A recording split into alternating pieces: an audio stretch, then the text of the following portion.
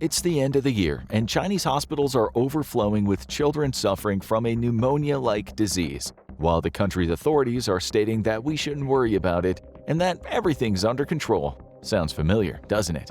Unfortunately, we aren't talking about 2019 and the COVID-19 outbreak. We are very much in 2023, witnessing an eerily similar scenario unfolding before our very eyes. So far, the situation has followed an almost identical path to the 2019 health crisis. First up, a mysterious respiratory outbreak emerges in China. Next, and unsurprising to no one, China acts as if nothing's happening, chalking up the outbreak to a normal winter surge. Still, the World Health Organization gets involved. But surprising to everyone who thought the organization had learned a thing or two from the COVID-19 pandemic, the World Health Organization announces it started monitoring the situation, but ultimately takes no action. If this situation is indeed similar to the one in 2019, the next phase will involve a large-scale cover-up where no option is off the table, from misinformation campaigns to censorship. And the final phase? A global pandemic that'll take millions of lives worldwide. But is that where we're headed? Is history truly repeating itself a mere 4 years later? That's what we'll try to answer in today's video. But to do so, we must first revisit the past. After all, the only way to stop history from repeating itself is to learn from it. So, the year is 2019. The exact date, December 31st. The China Country Office of the World Health Organization has just been informed that an outbreak of pneumonia with a seemingly unknown cause has been detected in Wuhan, in China's Hubei province. On January 1, 2020, the World Health Organization requested further information from Chinese national authorities, aiming to assess the potential risk of this novel disease. By January 3, the organization received a report from the Chinese authorities stating the mysterious disease had affected a total of 44 patients, only 11 of which are in critical condition. Furthermore, according to the Chinese investigation team, most of these patients were vendors at the Huanan seafood market in Wuhan, which is where they reportedly contracted the disease from an unidentified source. The market is closed for environmental sanitation and disinfection, but Chinese authorities continue to deny that human-to-human transmission is occurring. Knowing what we know now, asking this next question feels almost silly, but please, humor us. Did the information provided by the Chinese authorities have any truth to it? Unfortunately, the only truthful part was that the disease originated in Wuhan, particularly in the Huanan seafood market. Everything else was pure fiction. But despite the widespread suspicion, China continues to downplay the situation. Even after conceding that the virus is in fact airborne and can be transmitted between humans, the country only reports a fraction of the real number of affected people. By now, you might be wondering how it's possible for something as disastrous as this to stay relatively hidden for so long. And to that, we have a one-word answer: censorship. Anyone who spoke up about the severity of the situation at the time was immediately silenced. This includes the doctor who initially raised concerns about the dangers of this new virus, Dr. Li Wenliang. His early warnings were heavily suppressed by the authorities, who also admonished him for making false comments on the internet. Tragically, Dr. Li succumbed to the same disease he was trying to warn the world about on February 7, 2020, at age 33. Though he didn't live to see just how right he was, his untimely death turned him into a symbol of courage and freedom of speech, even in the face of adversity. And what did China do after his passing? It removed any mentions of his name from trending topics pages and inundated social media sites with mindless chatter trying to distract the users from the issue at hand. Any expressions of grief or desperation were removed almost instantly. Now, don't get us wrong. We know China is by no means secretive about its absolute control over information flow, but the lengths the authorities went to preserve the semblance of normalcy were outright egregious. Armies of bots, ultra-specialized technology, and unrelenting monitoring were just some of the tactics used to manipulate the narrative and suppress any dissent. The message was clear: no negative news. But if China thought these tactics were successful, it was terribly wrong. You see, despite all the effort and money, the health crisis taking place in China was being described as China's Chernobyl behind the scenes. And all that effort and money managed to accomplish was to enable the coronavirus to go global and claim the lives of millions of people. Having lived through this devastating pandemic, you probably have two questions. One, why did China decide to cover up the outbreak? And two, would things have turned out differently if China immediately came clean and the World Health Organization declared a public health emergency of international concern, as it had done with the Ebola, Zika virus, and H1N1 flu? The first question has many possible answers. Perhaps the government was reluctant to postpone the annual parliamentary meeting of the National People's Congress, set to take place in March 2020. Or maybe it was trying to avoid public panic, especially around the Chinese New Year. Of course, there's always the possibility that the country just wanted to sidestep yet another embarrassment on the global stage after what happened with severe acute respiratory syndrome, better known as SARS, another pathogen born on Chinese soil. We might never know the exact reason, but what we do know is that it might prevent China from being truthful when it comes to the 2023 respiratory outbreak. And we all know how well that turned out the first time. Which brings us around to the second question. Would anything have been different if China had promptly disclosed the outbreak back in 2019? Though we can't say for sure, the answer is most likely positive, but let's be honest, we gain nothing by playing the what-if game. The truth of the matter is China withheld crucial and potentially life-saving information, thus permanently altering the course of history. Even worse, not even millions of casualties made China reconsider its actions and evaluate its future steps more carefully. In fact, the country did the complete opposite just a few years later. And no, we're not still talking about the 2023 suspicious occurrences. We're talking about December 2022, when China abruptly decided to dismantle its strict COVID-19 regulations, ending a 3-year zero-COVID policy, and just like that, there were no more mass testings, stringent quarantine lockdowns, and travel restrictions. Of course, this astonishing U-turn was done under the guise of listening to the people who'd had it with the terror that they'd been put through for years. But it would be those same people who would end up suffering as the virus was essentially unleashed onto them with no restrictions in place, dooming them to relive the horrors of 2020. According to a 2023 U.S. study published in JAMA Network Open, this sudden move might have led to nearly 2 million deaths in as little as 2 months after the zero-COVID policy reversal. Of course, if you ask Chinese officials, this figure is roughly 10 times lower. But when did the truth matter to the Chinese government? Chinese officials simply went on their merry way, declaring a decisive victory over COVID-19 in February 2023. The only time they took the effects of the zero-COVID policy reversal into account was when explaining the spike in pneumonia-like illnesses primarily affecting children in 2023. But let's stop for a second. Could it be that the Chinese government has a point? After all, the surge is taking place during the first flu season post-lifting stringent COVID-19 restrictions. Perhaps the pandemic, paired with China's history of secrecy and manipulation, has made us all a little too paranoid. We wish. After all, being overly paranoid is miles better than being on the brink of another global pandemic. But again, we must look at the facts before us, and these facts are perfectly clear. China is once again covering up the spread of a potentially devastating disease, and the WHO is once again standing on the sidelines doing nothing. But what makes us believe that the current situation is more than a consequence of the so-called lockdown exit and a wave of illness similar to those seen in other countries worldwide? Well, the illness in question differs from anything seen in other countries. China isn't dealing with flu or a respiratory syncytial virus infection, RSV. The country is dealing with a pneumonia infection that seemingly developed a resistance to antibiotics. However, China still insists RSV and other similar existing pathogens are to blame for this uptick in respiratory illnesses. Okay, let's humor this argument for a while. How does China explain the mysterious illness plaguing its children? This can also give us some insight into whether we have another potential pandemic on our hands. The first pathogen singled out in the blame game that China is playing is Mycoplasma pneumoniae, the bacterium that's been wreaking havoc in China since June 2023. This bacterium causes Mycoplasma pneumoniae pneumonia, or MPP for short. Though when Mycoplasma pneumoniae was first discovered in 1938, it was classified as a virus. Why? Because it's tiny and it lacks a cell membrane, just like a virus. It's precisely these unusual characteristics that make Mycoplasma pneumoniae resistant to most antibiotics, as these typically target cell walls. Now you might wonder, how did scientists tackle this atypical bacterium? Well, at first they tried developing a vaccine. However, those initial efforts were unsuccessful, and the mortality rate from this bacterium was low enough for scientists to mostly give up on renewed efforts. But what about the WHO?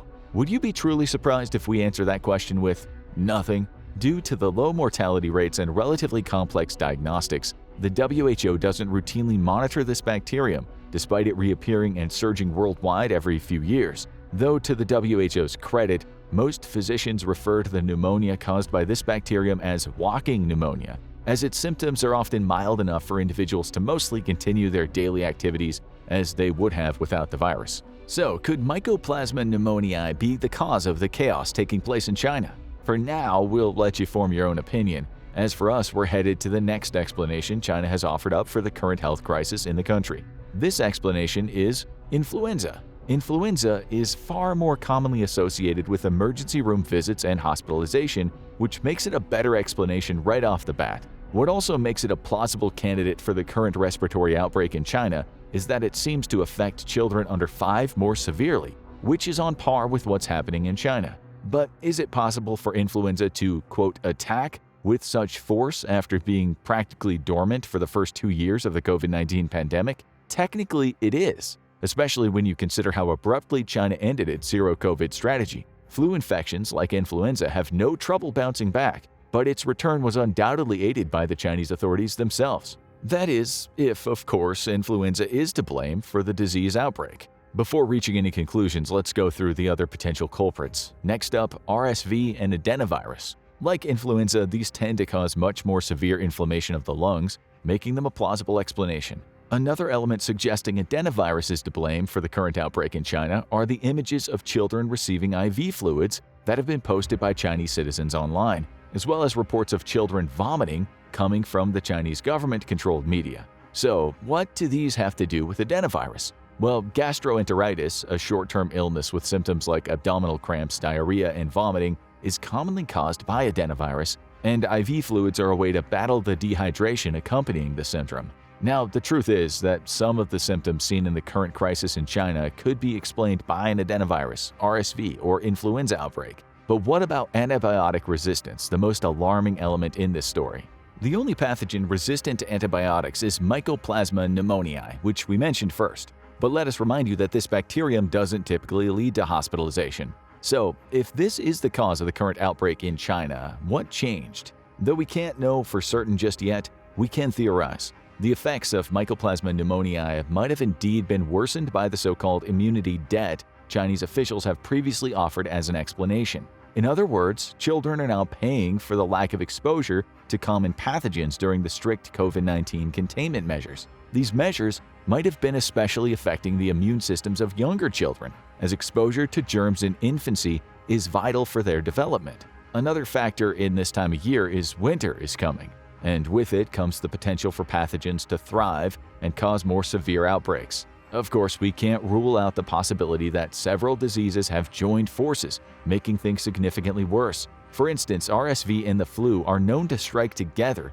and cause drastic surges in pneumonia that are somewhat comparable to the one happening in China. And let's not forget we now have another relatively unknown virus in the mix, the coronavirus. Scientists still haven't fully researched how this virus interacts with other pathogens, so it's possible that its presence has caused Mycoplasma pneumoniae to become substantially more dangerous. In fact, a 2020 study published in the Journal of Medical Virology suggests just that, but for adults. According to this study, patients who were hospitalized for COVID-19 after or during an MPP infection had significantly higher mortality rates. As things stand, this could be what's currently happening in China.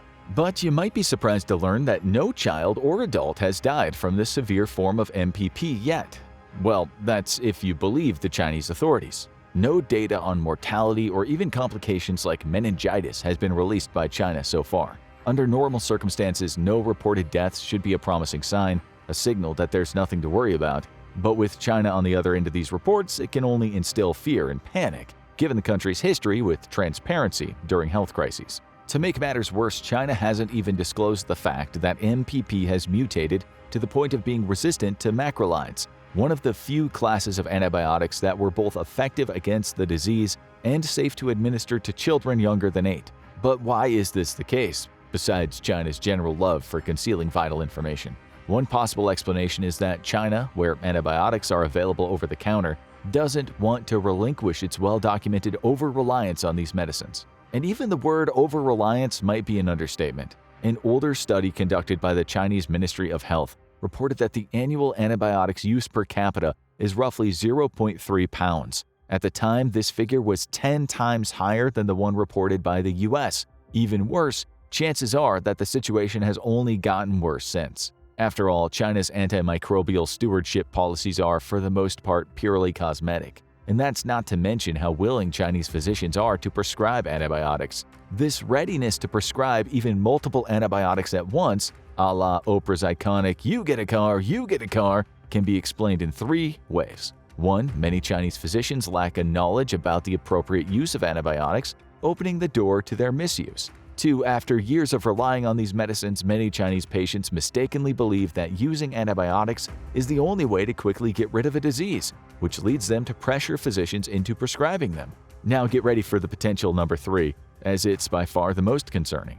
You see, in China, public hospitals can charge up to 15% on top of a medicine's wholesale price. In theory, this is done to compensate healthcare institutions providing services at below government-set prices. But in practice, this drug markup often leads to overprescription of expensive medications, including antibiotics. The only move China has made to somewhat curb the current overuse of antibiotics is to discourage parents from starting ad hoc treatments with azithromycin, the most common type of macrolide.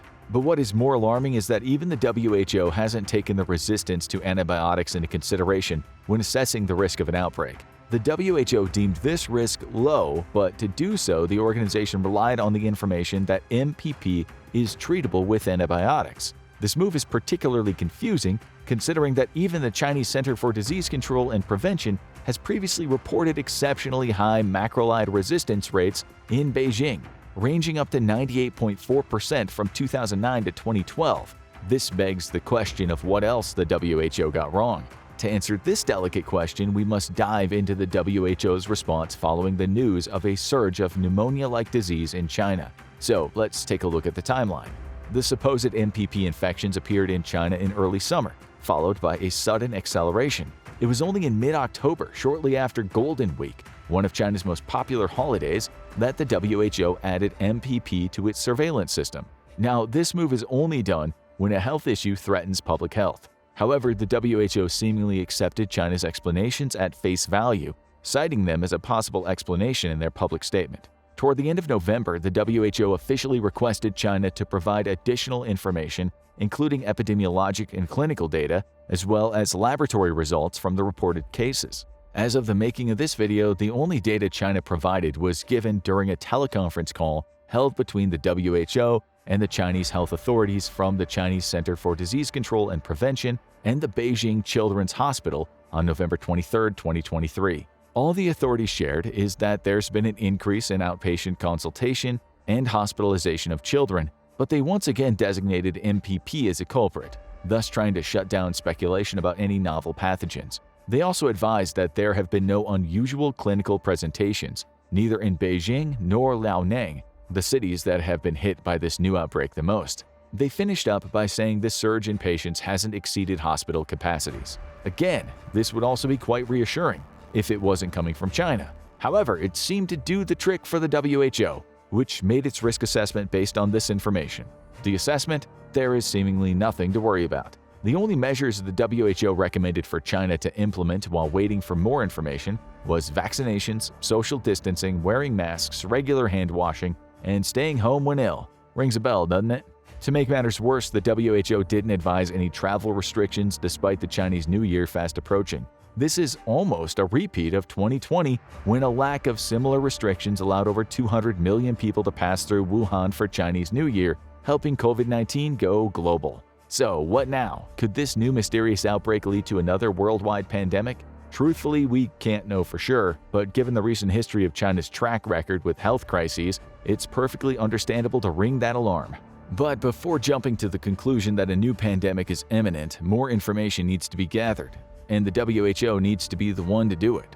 After all, the WHO is arguably the only organization that can get information from a country where the gap between official reports and empirical evidence can be better described as a chasm. If not in its current form, then as an independent group of experts who can target governments who often openly disregard their obligations toward the WHO. The group should then press China on matters that can drastically impact its risk assessment and potentially prevent another pandemic. By this, we primarily refer to the resistance to antibiotics. The WHO must find out the current level of resistance to azithromycin, considering that China's officials have probably discouraged its use for a reason.